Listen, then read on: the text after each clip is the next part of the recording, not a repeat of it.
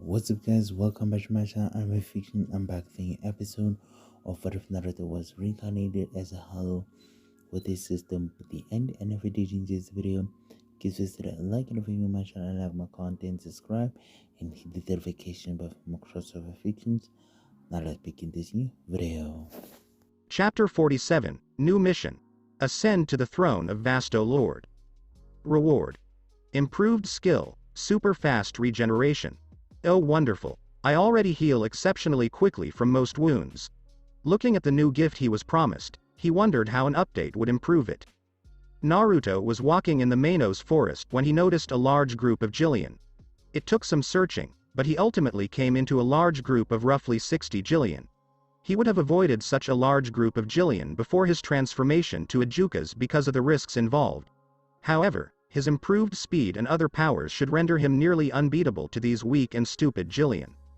Excited to test his new ability, he circled the pack while focusing on his spiritual senses, going over the entire range several times to ensure there were no higher-rated hollows nearby who may interfere with him. Finally, he stopped analyzing the area and poured an absurd amount of spirit force into Hashiji Sagai to construct a large camouflage barrier around the entire region, including the pack of Gillian. He wanted to make sure that Gillian's might and destruction during the struggle were not noted before he finished it and devoured everything. Though it had a substantial impact on his spirit power, his physical powers should be sufficient to deal with them now.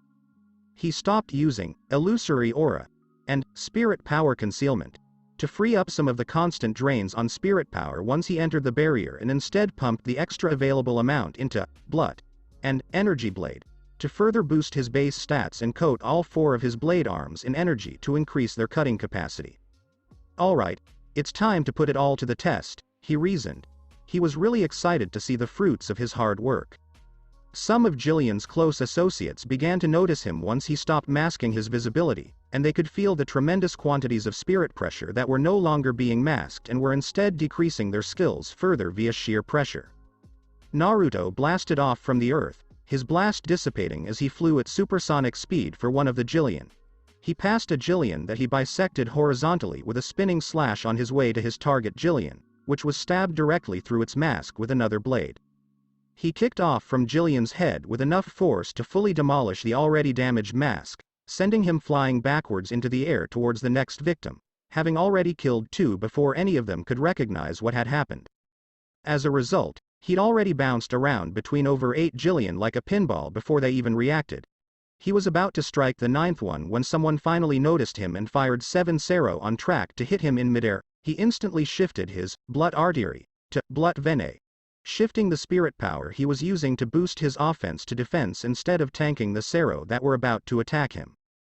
Despite his blood vene protection, the Sero managed to remove a few layers of skin, but they came back very rapidly because to his increased, super speed regeneration, returning him to his optimal state.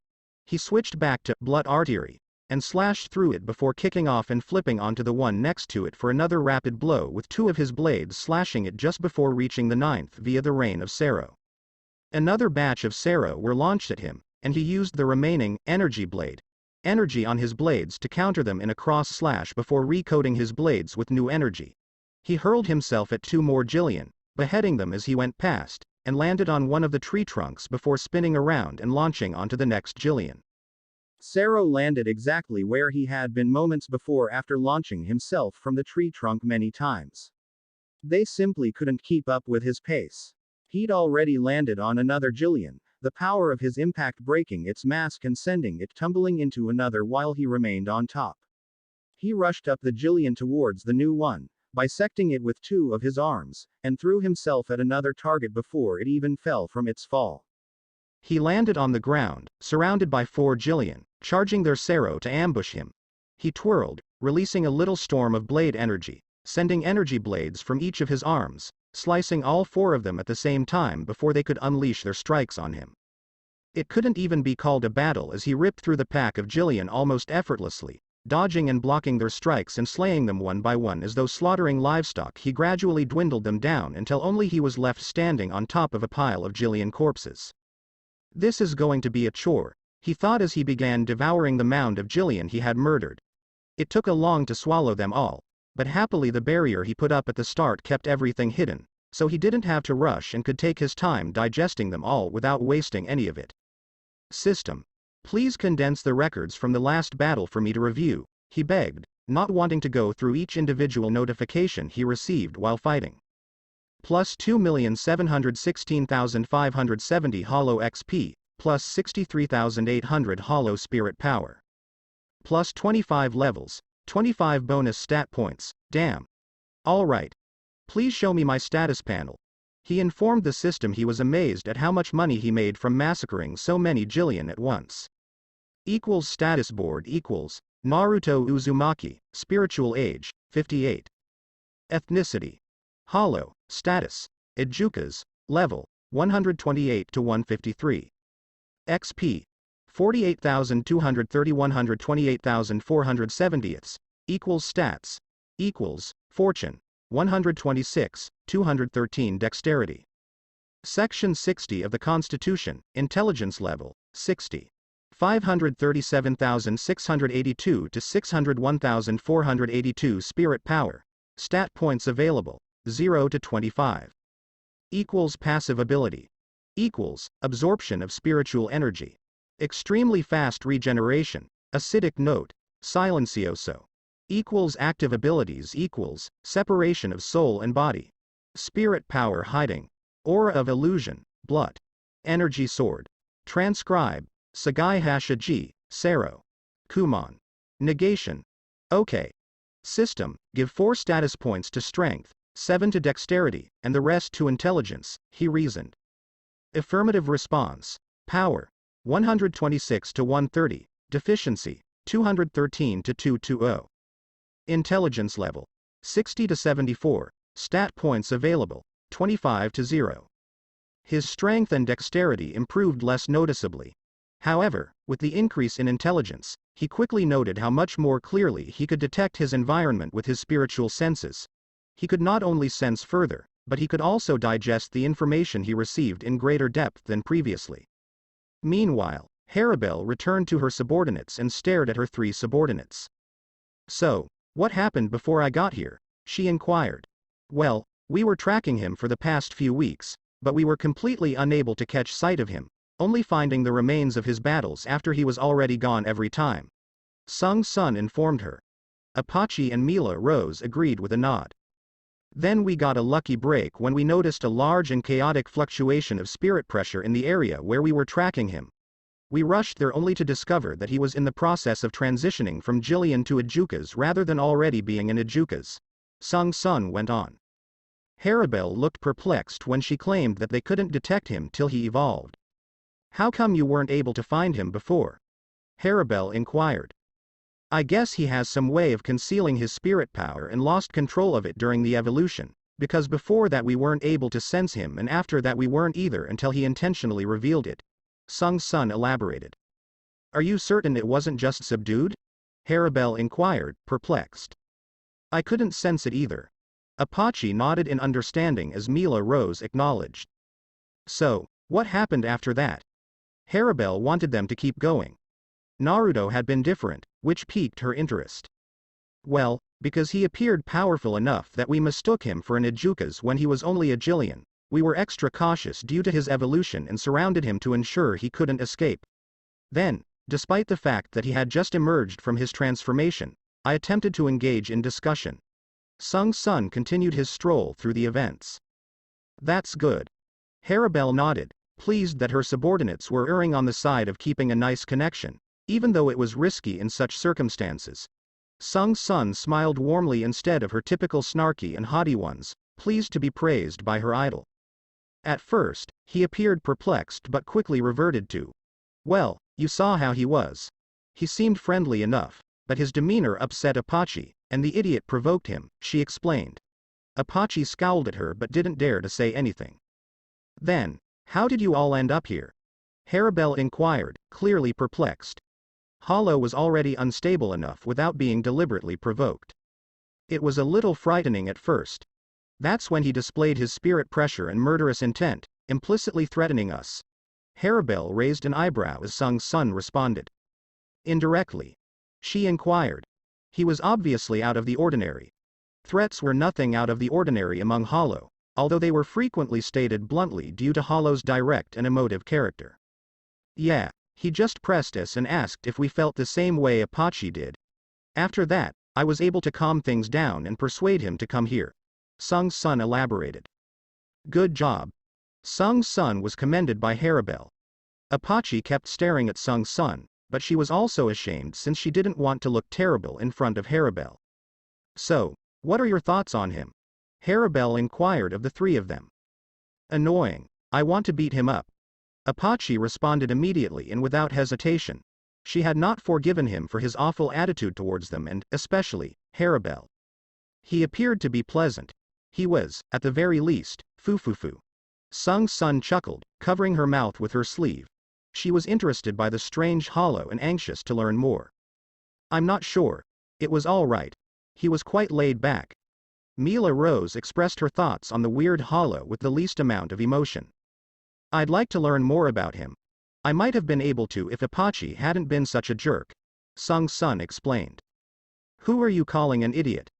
Apache was agitated and losing control, he alleged. Sung's son simply rolled her eyes cynically before turning to face Haribel. He was obviously out of the ordinary. If we can, we should keep an eye on him. It might be difficult, however, if he is adept at concealment. Haribel considered for a moment. The other three people merely nodded in agreement. However, he might make a good ally. He appeared to be much calmer than most Hollow. Thus, it may be a rare opportunity to locate a Hollow eager to aid us, she stated. In Hueco Mundo, it was difficult to find partners interested in safeguarding others because, practically all, Hollow inherently sought to oppress and even devour others. The only way to control those was through physical force, and even then, they would look for any opportunity to stab you in the back. Apache felt irritated at the prospect of being partners with him, but she remained silent because she would never quarrel with Haribel. What about that shark warning, Hollow? Sung's son inquired, intrigued. HMMPH, if it's true, at least we know about it and can prepare for it. We'll train and keep an eye out for him so we don't get ambushed. That way, we'll be able to handle it. Haribel replied. Though the warning made her wary, she knew she was one of Hueco Mundo's most powerful Hollow. She didn't need to be afraid unless Barragan himself showed up. Of course. Says one. He's not going to stand a chance. Apache exclaimed, ecstatic to have someone to vent her frustrations to. We will put a stop to him for you, Mila Rose stated proudly. Meanwhile, Sung's son appeared to be uneasy. She wanted to have complete faith in Haribel like the other two, but despite her normal haughtiness, she was considerably more scheming than the other two, and the lack of information about the scenario made her uneasy because she couldn't plan for it. She wasn't sure if Naruto was telling the truth or not, and the uncertainty just made matters worse. In the end, all she could do was trust the others and hope for the best. Return to Earth. Ichigo and his companions returned to Earth in Kazuki's basement. Their emotions were still jumbled. They had been successful in saving Rukia. Everyone was taken aback by Aizen's betrayal. Despite the fact that none of them had ever met him before, they were all aware that this was not good news for them. Kazuki greeted them in his normal cheerful manner before they all left to finally get some rest. Ichigo entered his house. He heard some noises coming from the kitchen. Yuzu must be working on something. He thought to himself and decided to say hello before sleeping on his bed as he had intended. When he got to the kitchen, he saw what he assumed was a hallucination of his mother. He rubbed his eye, hoping to clear it, but when he looked again, nothing had changed. Despite vowing to always be strong for his friends and family in the aftermath of his mother's death, he burst into tears. What? Masaki turned around, astonished to see Ichigo weeping his eyes out in the doorway, just like he used to. Despite his growing to be much taller than her, she swiftly approached him, putting her arms tightly around him and rubbing the back of his head. There. There. She soothed him as best she could. His tears didn't stop flowing, and she didn't stop soothing him for as long as he needed it, to the point where some of the stuff on the stove burned, but she couldn't be bothered to care. It took a long time for Ichigo to even form a cohesive sentence while attempting to figure out what was going on. She described how they were assaulted by one Hollow but rescued by another. Ichigo initially hesitated to believe it because he had been there that day, but it was the fact that his mother was alive and well in front of him. That was something he couldn't argue with. She added that she had returned a few weeks ago, and when she questioned where he was, he became extremely uneasy, giving an excuse about how he had gone on a road trip with his pals to visit another friend they hadn't seen in a long time. Masaki sighed inwardly, knowing exactly what had happened and where he had gone, but she didn't confront him about it, preferring to enjoy their reunion instead. Though she, too, wished to punish him for lying. Following a few days, Masaki discovered herself in a big underground chamber that resembled a rocky wasteland. Despite the fact that they were deep beneath and the space was huge, there appeared to be sunlight. "Welcome to my basement," Kazuki exclaimed with glee. "Okay. I don't have all day.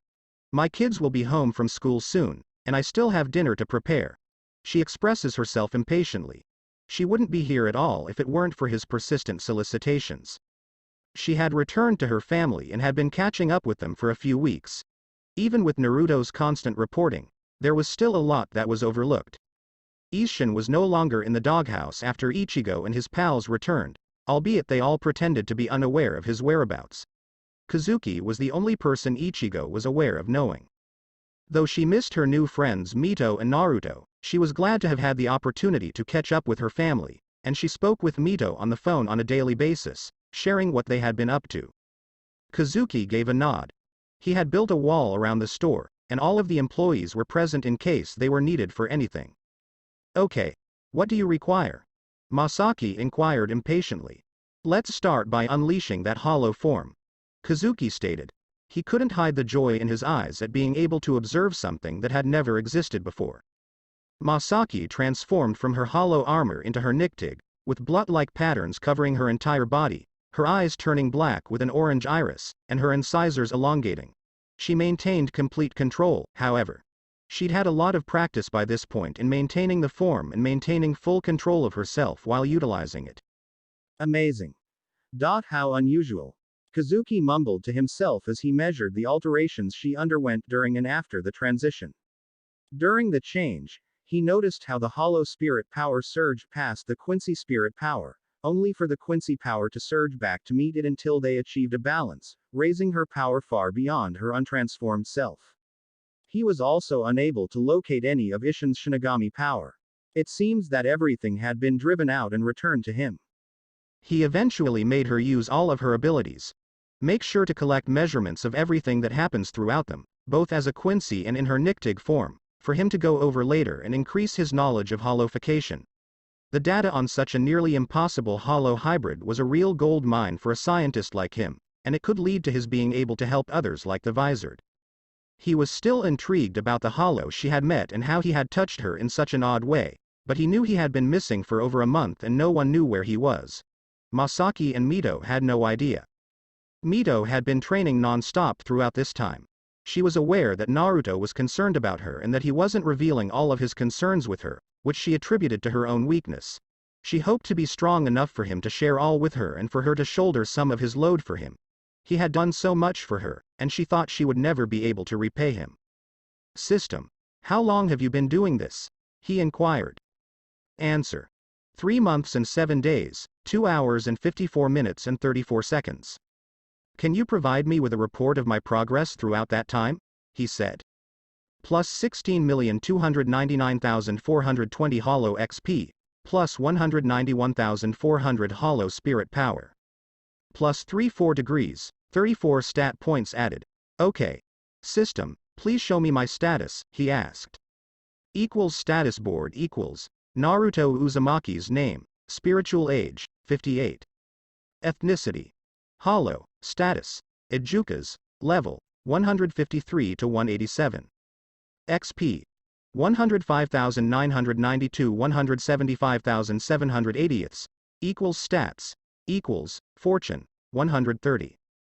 220 dexterity, section 60 of the Constitution. Intelligence level. 74, spirit power, 601,482 to 792,882. Stat points available. 0 to 34, equals passive ability, equals. Absorption of spiritual energy, extremely fast regeneration. Acidic note. Silencioso, equals active abilities equals. Separation of soul and body, spirit power hiding. Aura of illusion. Blut, Energy Sword, Transcribe. Sagai Hashiji. Sero, Kumon. Negation, round intelligence to 100 and allocate the remaining stat points to dexterity, he said. Deficiency. 220 to 228, intelligence level, 74 to 100. Stat points available. 34 to 0, he felt the points changing him. The dexterity wasn't as evident due to the little percentage change, but his mind cleared up and he could feel his control over his spirit force becoming more exact as the modifications to his intelligence stat were made. For the past few weeks, Naruto had been hunting around the forest, killing a lot of Gillian and even a few stray Ajukas. His new, more humanoid form offered him a tremendous advantage not only in terms of stat growth but also because he could finally combine bipedal footwork into his swordsmanship, which he couldn't do previously. Unfortunately, while Gillian were quite common in the forest of Manos, Ajukas were not as common, and because he had avoided Las Noches and Baragan's territory like the plague, he had thankfully avoided any Vasto Lord and Arrancar so far, though once Aizen arrived with the true Hogyoku, the amount of Arrancar should increase quite a bit. Despite digesting hundreds of times the number of Ajukas he has managed to consume, the Ajukas still provided more progress towards his evolution than all of the Gillian combined. He wouldn't grumble about any small gain, however, because he was on a timer. During this period, he had avoided any bothersome persons during his hunts, though he did detect the Haribel trio on the outskirts of his senses a few times, implying that they were probably keeping a watch on him on Haribel's orders. He didn't mind so long as they didn't get in his way. I'm curious how everyone is doing. Hopefully, my interference was restricted enough that Ichigo and the gang survived the entire Soul Society arc unscathed, or else Massacre is going to create hell for us all. He reflected to himself. But he believed he had done his best to give them a better outcome, and the rest was up to them. He was deep in concentration and wandering through the woodland in quest of his next meal when he saw a ruckus in the distance and decided to sneak up on what was causing it. If there were several strong Ajukas dueling, it could be a 2-for-1 deal by ambushing them while they were distracted and fatigued. There, he discovered the Haribel trio, the Tres Bestias, in a fight with a giant white panther like Ajukas glaring down at them proudly and 5 others backing him up. They had the appearances of a knight, a bruiser, a bull, a Gillian, and a hammerhead shark. Grimmjow Jägerjackes and his ilk. This is one of the last things I wanted to come across in Hueco Mundo at this point. Not only is he a pain to deal with, but he should be joining Aizen shortly if he isn't already in contact with him. Worse, unlike Haribel's little gang, this would never finish peacefully with this hothead around, Naruto reasoned, intending to make a speedy getaway if possible. They must have fallen across his small clique while trying to track him down, and if Grimmjow discovered them, it would be difficult to convince him to let go of his objectives. The trio was more powerful than Grimmjow's teammates individually, but they were outnumbered, and Grimmjow is far stronger than the rest of his team. Normally, I would just ignore Grimmjow and avoid him using my stealth skills, but odds are this encounter was never meant to happen, and the trio might very possibly die or be forced to submit, changing matters drastically. But then again, so could meddling with their fight and revealing myself to Grimmjow just before he joins Aizen. He pondered, unsure what to do with this circumstance. Finally, he sighed to himself, in the end, I'm a softie. Despite my ruthlessness against opponents, I wish to reward compassion in kindness. They were really friendly to me for Hollow, and I don't want anything bad to happen to the only people who treated me that way during my entire stay in Hueco Mundo. They are probably my only prospective allies here, aside from Neliel's bunch, but they are absolutely untrustworthy. Grimmjow's group approached the trio cautiously and surrounded them, with Grimmjow in the center, still holding them in place with the pressure of his glare. I guess you're barely qualified. He spoke with arrogance in every word. I'll give each of you an opportunity. Kneel in front of this monarch and serve me, and I'll save your life. Otherwise, you could be this king's next step to glory. The trio exchanged cautious glances since they were fiercely loyal to Haribel, but the chances of them escaping undamaged, or even alive, were slim. Because of the delay in reaction and lack of servility, Grimmjow bared his teeth at them threateningly. He would simply trample on them if they did not prostrate before their superiors. How about I assist you in stuffing that big head of yours up your ass? Apache eventually had enough and insulted him aggressively in response. Then I'll just take it, he sneers as he pounces on Apache. New mission. Safeguard the Tres Bestias, reward. Skill infusion, new skill. He didn't even have to think about it and was already dashing to intercept Grimmjow, blocking his paw moments before it could reach Apache, his camouflage illusion slowly unraveling as the two of them were bound in a stalemate trying to force one another back until Naruto swung his extra two blades towards him, forcing Grimmjow to give up on the competition of strength and back away from them. TCH. Annoying bug, Grimmjow spit out angrily, irritated that he had been disturbed by someone else. His eyes screamed murder at the loss of his due prey. My apologies, I'll also have to avoid kneeling, I have bad knees. How about a rain check? Naruto replied lightly, keeping an eye on all of the Ajukas and his surroundings to better position himself. Unlike Haribel, there was no need to be nice with Grimmjow. He would only ever give them the option of submitting or dying. Giving up is not in his vocabulary. Wait. What are you doing here? Apache yelled from behind him, angry, indignant, and embarrassed at being taken off surprise and saved. What? Do you really need to save a princess?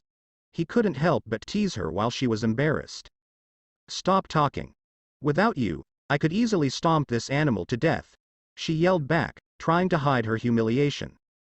Although they were still outnumbered, they were fairly certain he was stronger than all three of them despite how short he had been in Ajukas given the desolation they knew he had left behind as they tried to keep an eye on him for the past weeks. His presence took some of the pressure off. Naruto sensed something at the last second and dodged to the side, digging a deep trench over his carapace covering his chest and causing a loud shriek to echo. Fortunately, because the wound was primarily superficial, his healing was already putting it back together. Grimmjow didn't appear to have used his fastest speed when assaulting Apache previously and was now taking us seriously, which meant Naruto couldn't afford any distractions. His speed could still keep up with Grimmjow's speed, and his strength greatly outstripped him, but they were still close enough for Grimmjow to use his slight lack in focus to inflict a small wound on him. That was close, he grumbled. If I hadn't ducked at the last second, that would have been awful for my future if my journey to Vasto Lord had been cut short. Answer. The system could restore a damaged mask, but it would require a large amount of energy. So much so that all of the recent progress would be for naught. Damn, that's a relief, but I can't afford to lose weeks of work because of a lapse in concentration, he thought. He narrowed his eyes, keeping a watchful check on any abrupt movements they made, but this wasn't going to last. He estimated that they could probably match the enemy's overall power, but that at least some of them would perish, if not all of them. The three of you must withdraw. I'll keep them busy, he said without even looking at them. Oh, our brave warrior. I'll believe in you, Sung's son responded slyly, eager to seize any opportunity to flee, no matter the cost. Mila Rose only said, thanks. Apache's answer was, of course, who said we even needed your help? If she continues this up, she might become a Tsunere. Grimmjow roared at them, prompting his lackeys to close in on them in order to prevent their escape. Naruto charged a Sero from his mouth, causing them to quickly pivot, choosing a defensive position instead, while the trio began to flee. Grimmjow swiftly reacted with his own Sero, which collided with Naruto's in the middle, resulting in a burst of energy that threw everyone back. Before he could react, the Grimmjow's crew charged and fired their own Seros at him, attempting to box him in. He managed to weave between the repeated beams like a ballet, despite the fact that staying safe took up the majority of his attention. This would be much easier to deal with if he could just run away or murder them, but that was exactly what he was attempting to avoid. A white flash flew past his house before he could spot it, and he continued dodging and weaving, separating one of his arms above the elbow. Shit. That's going to take some time to regenerate, Naruto said. Grimmjow now stood with a portion of Naruto's arm in his jaws before crunching down on it, fully destroying it. The others, on the other hand, didn't stop firing Seros at him to keep him engaged. Although it was a technique that could not be sustained for long due to the energy consumption, it was incredibly effective at generating gaps for Grimmjow to exploit. Naruto used his illusions to conceal one of the remaining limbs in the stump, making it harder to target and simpler to use for surprise attacks. The bull-like Ajukas used this opportunity to pursue the three fugitives. Naruto increased his pace by pumping his blood into overdrive on his legs, cutting off his pursuer's chase by quickly chopping off one of his rear legs. Although pushing his body's physical boundaries with blur could cause damage as long as he didn't push too hard, His high-speed regeneration would take care of the micro-damage in seconds. One of the advantages of employing the skill is a hollow rather than a human Quincy who is still reliant on their inferior human physique and rejuvenation. He didn't want to murder Grimmjow or his friends, but severe injuries were acceptable. He wouldn't die if he lost a leg for a period. With one of their allies incapacitated, the others increased their assault, giving the trio a better chance of escaping because the complete attention was now on Naruto, who had proven to be a very genuine threat to them.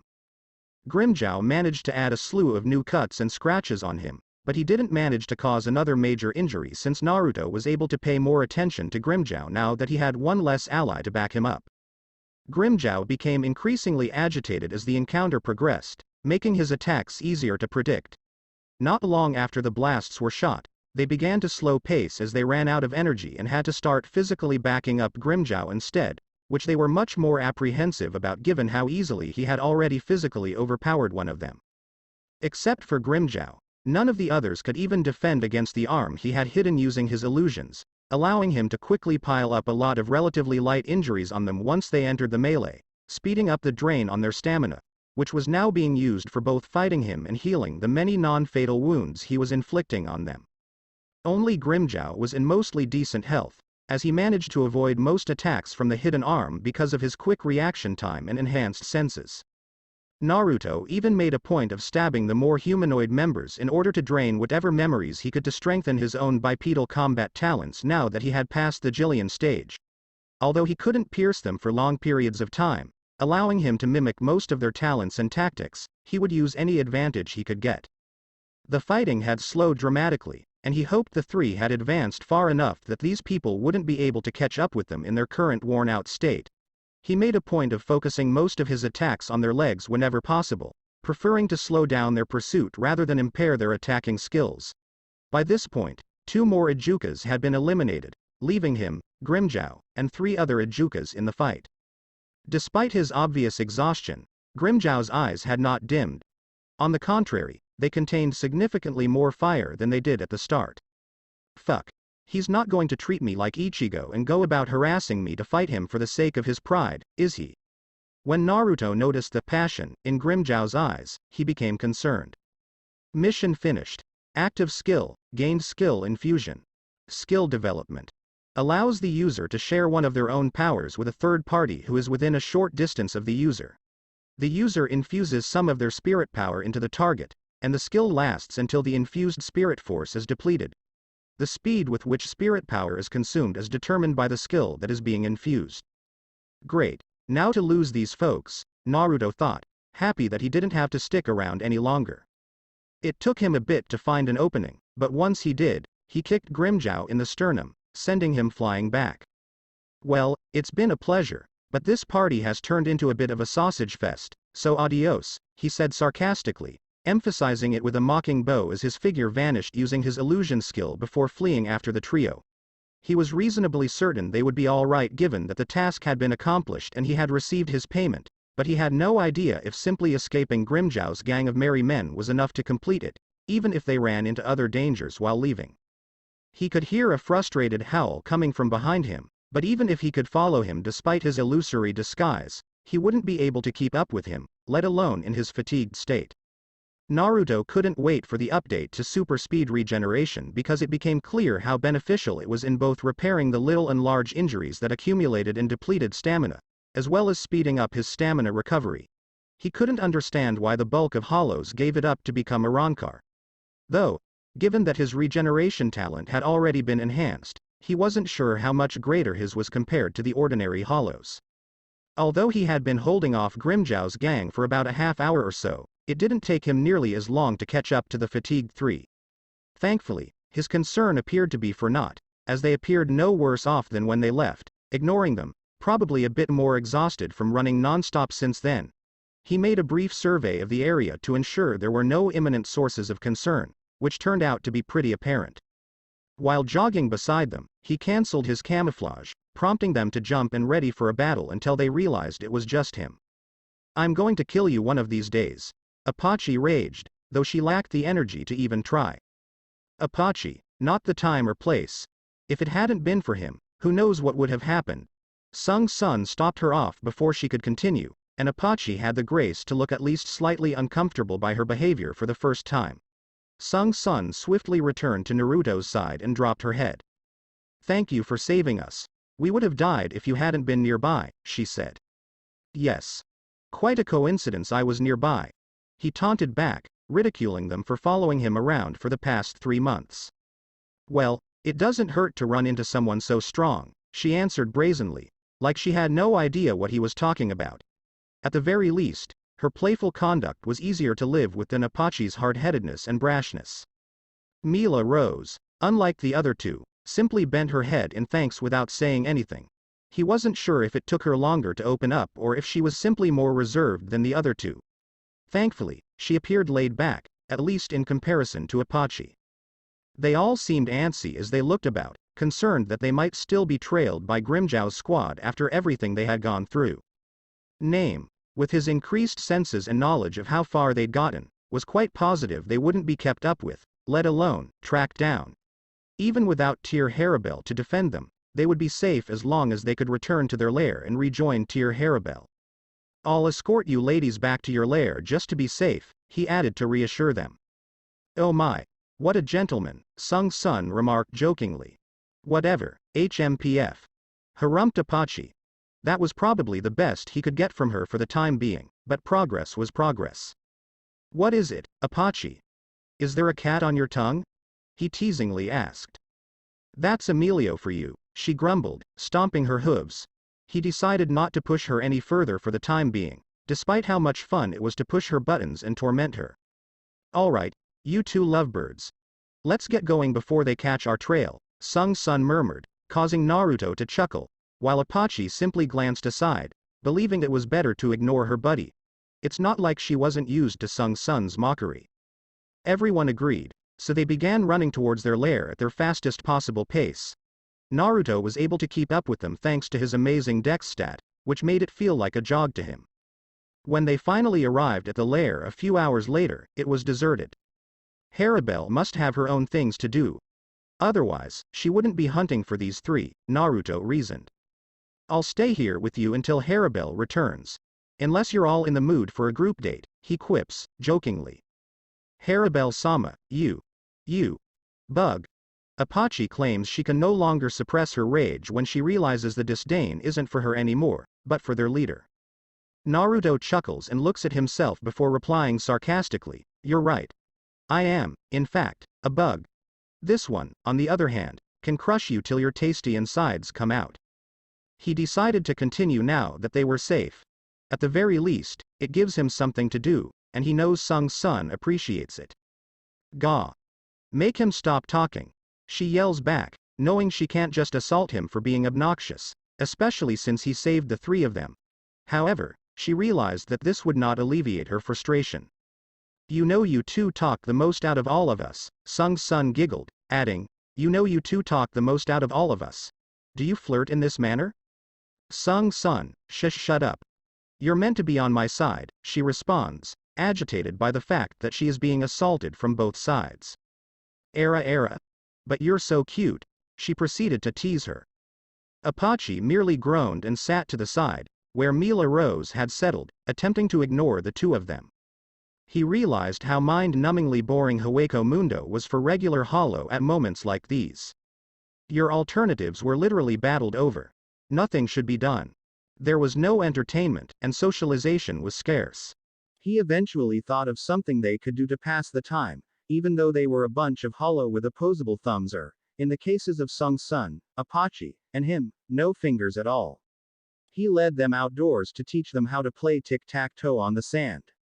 At the very least, it was something to do, and unlike having a conversation, which both Apache and Mila Rose were, at least to him, rather lousy conversational partners, they seemed to enjoy playing a game as a change of pace. He got a little closer to Sung Sun, who seemed to enjoy conversing with him, while he didn't feel much better, and despite a few irritated outbursts when she lost Apache, she did seem to open up a little towards him by playing together. If he thought of getting shouted at and cussed out as loosening up, he did end up ruminating a bit now that he didn't have the continual hunt to distract him, which led him to realize he missed his sister and Massacre. In terms of the company, the trio wasn't all that bad. Even Apache grew on him as he became accustomed to her abrasiveness, and fooling with her was entertaining. You bastard. Apache hissed and deleted their tic-tac-toe game, which she had just lost when Haribel returned. Although it was difficult to estimate how much time had passed in Hueco Mundo Hisashi, it was reasonably apparent that several hours had gone. What are you doing? Haribel inquired, her expression neutral but slightly intrigued. I want to play with you, Haribel same. I hate playing with this guy, Apache stated as she rose to greet Haribel. Naruto merely shook his head at Apache's treatment of Haribel and everyone others, and he wondered what Haribel had done to gain such profound allegiance from the Tres Bestias despite this not being the standard for Hollow. She was the three's dependable and respected Nei-san. Hello, Haribel. Long time no see, but it's good to see you again, Naruto stated enthusiastically. Long time? Haribel inquired, his face befuddled. I imagine a few months or even years mean little to most Hollow, especially high-ranking ones like Ijukas and above, he moaned quietly. Mila rose, unlike the other two, simply bent her head in thanks without saying anything. He wasn't sure if it took her longer to open up or if she was simply more reserved than the other two. Fortunately, she appeared to be more laid back than Apache. They all seemed antsy as they looked about, concerned that they would still be pursued by Grimmjow's squad despite everything they had been through. Naruto, with his increased senses and knowledge of how far they had progressed, was fairly convinced they wouldn't be able to keep up with them, let alone hunt them down. Even without Tear Haribel to defend them, as long as they could return to their lair and rejoin Tear Haribel, they would be safe. I'll escort you ladies back to your lair just to be safe, he added to reassure them. Oh my! What a gentleman, Sung Sun exclaimed. Answered in a light-hearted manner. Whatever, HMPF.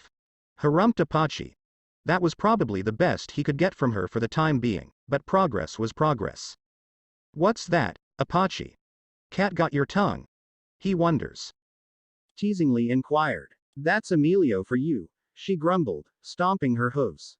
He decided not to push her any further for the time being, no matter how much pleasure it was to push her buttons and torment her. Okay, you two love birds. Let's get going before they catch our trail, Sung Sun remarked to bring them back on course, causing Naruto to chuckle, while Apache just glanced away, deciding it was better to ignore her buddy. Everyone agreed. Thus, they began running towards their lair at their quickest sustainable pace, with Naruto easily keeping up with them because of his amazing dex stat, which made it feel like a jog to him. When they finally arrived at the lair a few hours later, it was deserted. Haribel must have her own things to do or she's on the hunt for these three. Naruto. He was thinking to himself. I'll stay here with you until Haribel returns. Unless you're all in the mood for a group date, he quips, jokingly. That's you, Haribel-sama. You. Bug. Apache claims she is no longer able to contain herself. When she realizes the disdain isn't for her, but for their leader, Naruto smiles and looks at himself before teasingly answering, You're correct. I am, in fact, a bug. But this one will crush you till you die. Your juicy insides are leaking. He chose to continue now that they are safe because it gives him something to do, and he knows Sung Sun loves it. Gai. Make him stop talking. She yells back, knowing she can't criticize him for being bothersome, especially after he saved the three of them, but realizing this won't make her feel any better. You know you two talk the most out of all of us. Is this how you flirt? Sing Sun chuckled, then added, You know you two talk the most out of all of us. Is this how you flirt? Sung Sun, you're supposed to be quiet. On my side, she says, flustered by the fact that she is being attacked from both sides. Era? But you're so adorable. I kept taunting her. Apache just muttered and sat to the side, where Mila Rose had taken a seat, attempting to ignore the two of them. It was at times like these that he realized how mind-numbingly boring Hueco Mundo was for normal Hollow. Your options were essentially fighting or doing nothing. He eventually thought of something they could do to pass the time even as a bunch of Hollow without opposable thumbs or, in the case of Sung Sun, Apache, and his cases, no fingers at all. He took them outside and taught them how to play tic-tac-toe in the sand.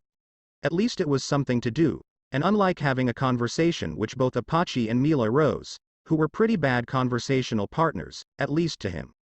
He managed to get a little closer to Sung Sun, who actually seemed to enjoy talking with him, though he felt like he wasn't much better, and despite a few frustrated outbursts when she lost, Apache did seem to loosen up some towards him by playing together, if he considered getting yelled at and cussed out marginally less as loosening up.